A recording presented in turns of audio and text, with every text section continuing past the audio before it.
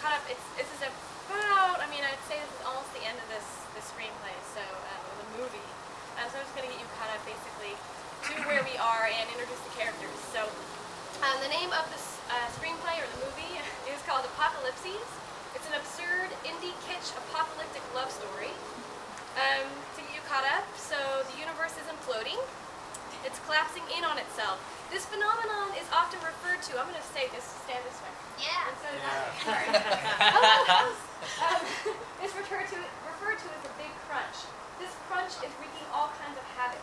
Time is ticking backwards, the world is progressing and skipping like a record. And it's causing characters to, at times, talk backwards or regress to teenage or childish behavior.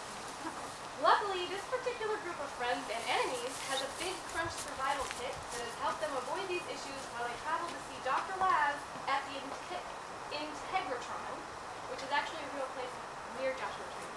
It's a dome, sound and audio dome. So anyway, characters. We have Benjamin. Ben is a male protagonist. He has caught his wife, Angela, cheating on him with Benoit, and has been let go from the university he worked and taught at due to his unpopular theory that the universe was about to explode. Unfortunately, he was right. Isabel is the female protagonist. She and her boyfriend Storm have recently broken up, but is now Ben's love interest.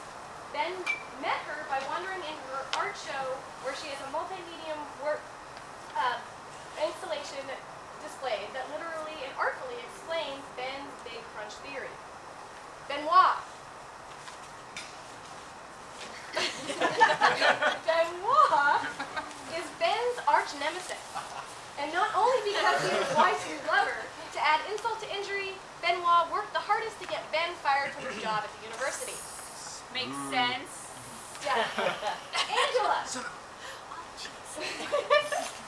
Angela, as stated above, is Ben's cheating wife. Though Angela and Benoit are a couple, there's sexual tension between her and Storm. Yeah. Storm. Storm is Isabel's recent ex-boyfriend. He's an angry young man who hates just about everything. He has an accent sometimes.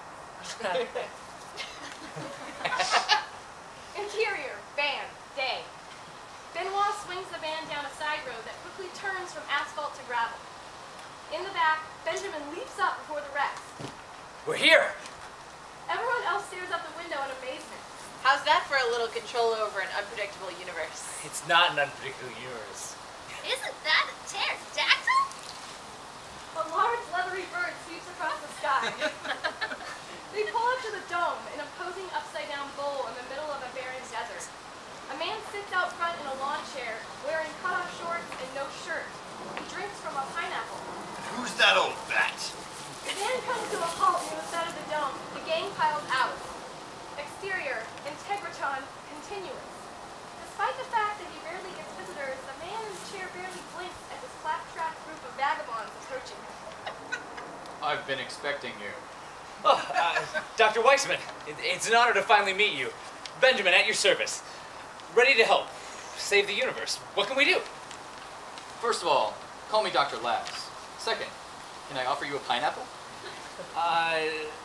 Maybe later, after the cosmos are intact. I know we're imposing, but it's kind of urgent if you hadn't noticed. Benoit shakes the big crunch survival kit for emphasis. I suppose I can give you the tour. Storm has been trying to scale the surface of the dome. He doesn't get very far before falling flat on his face. Angela laughs and catches herself and walks over to help Storm to his feet. They follow the group inside. Interior, Integratron, continuous. It is as though they have just journeyed to the center of the Earth to discover that it is made of wood. The dome stretches over them in a great indoor Milky Way. Collectively, they tilt their heads up and let their jaws flap open, taking into space. It's beautiful. What is it for? Welcome to the Integratron, the world's foremost intergalactic vortex. Strange things are happening here, beyond your wildest imagination. Strange things are happening everywhere if you haven't noticed, Dr. Weissman. Call me Dr. Laz. Last time I'll say that. Sure, whatever. Still strange. So, how is this dome going to help us? The Integratron doesn't help people. people help themselves. The universe is the stage on which you dance, guided by your heart. Guided by your heart. I've heard that somewhere. So how are we going to stop it? Why would we want to? Everything we know about space and time, life, science, it's falling into a black hole. Of course we need to stop it.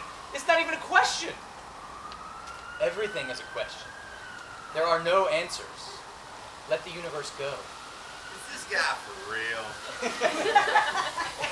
Everything has an answer. We came here to solve this. Ben, we came here to help people, not to solve the question. Benjamin suddenly remembers something and runs out the door.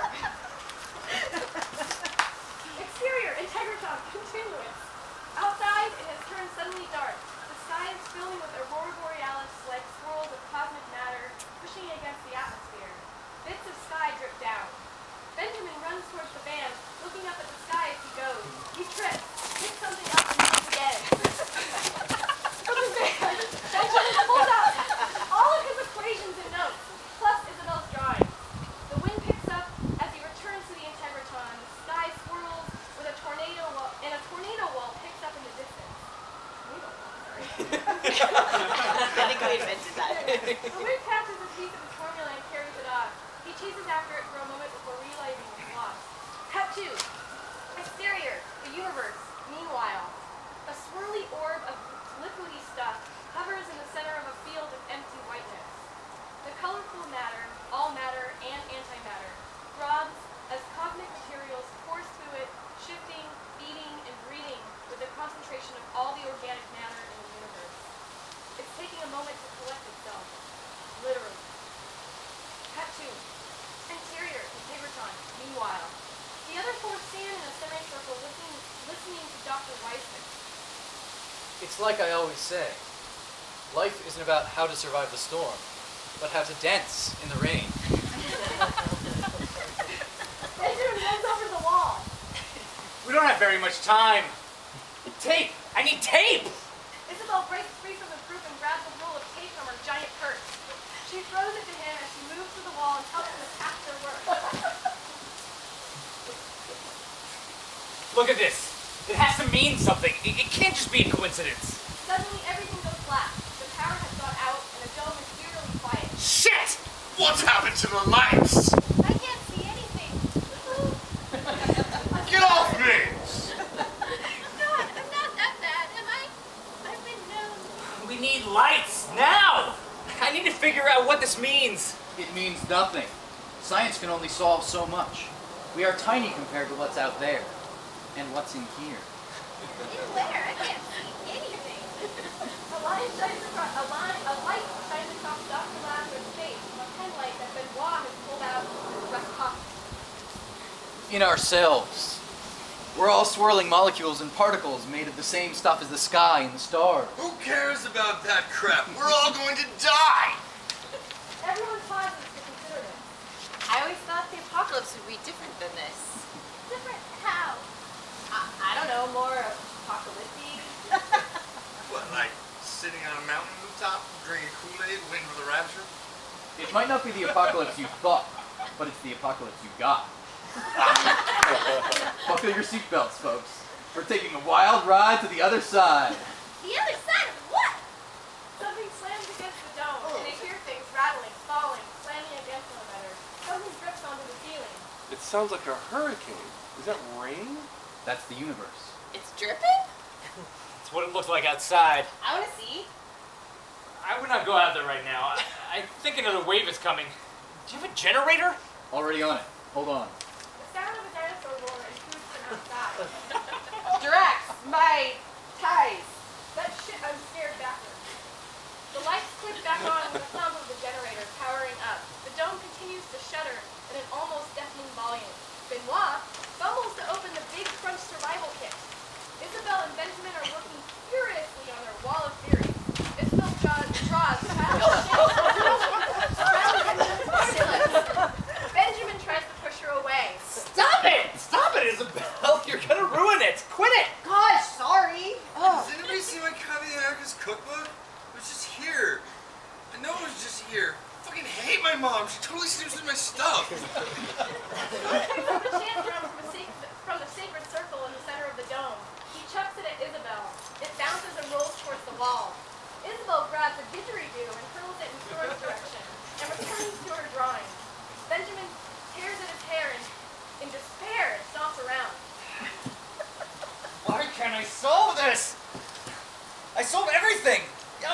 right. I'm smarter than everyone. My parents told me so. No one appreciates how hard I work on this or how brilliant it is. Why can't I just eat paste like the normal kids? Why do I have to be the one who has to explain everything? I can't explain this. I failed everybody. Look at this drivel. These equations are a joke. I can't believe I ever thought I could do this. Pretty colors. Isabel? Isabel snaps out of her stupor. She reaches out for him. Benjamin, wake up. It's not real. He starts to shake off the symptoms, but is still despondent. He grabs her. The world around them continues to fall apart. Isabel, I remember you. You were helping me.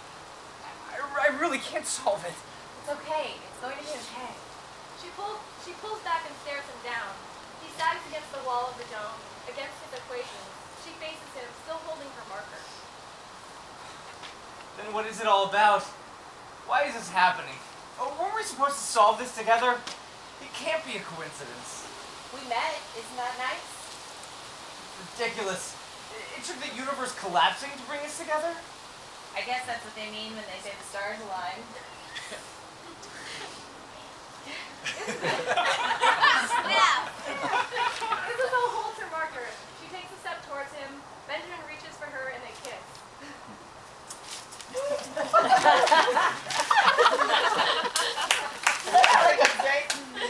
Particles of their equations and drawings separate to the page and float around them.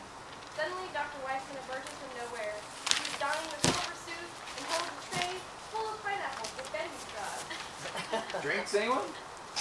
Woo! And scene.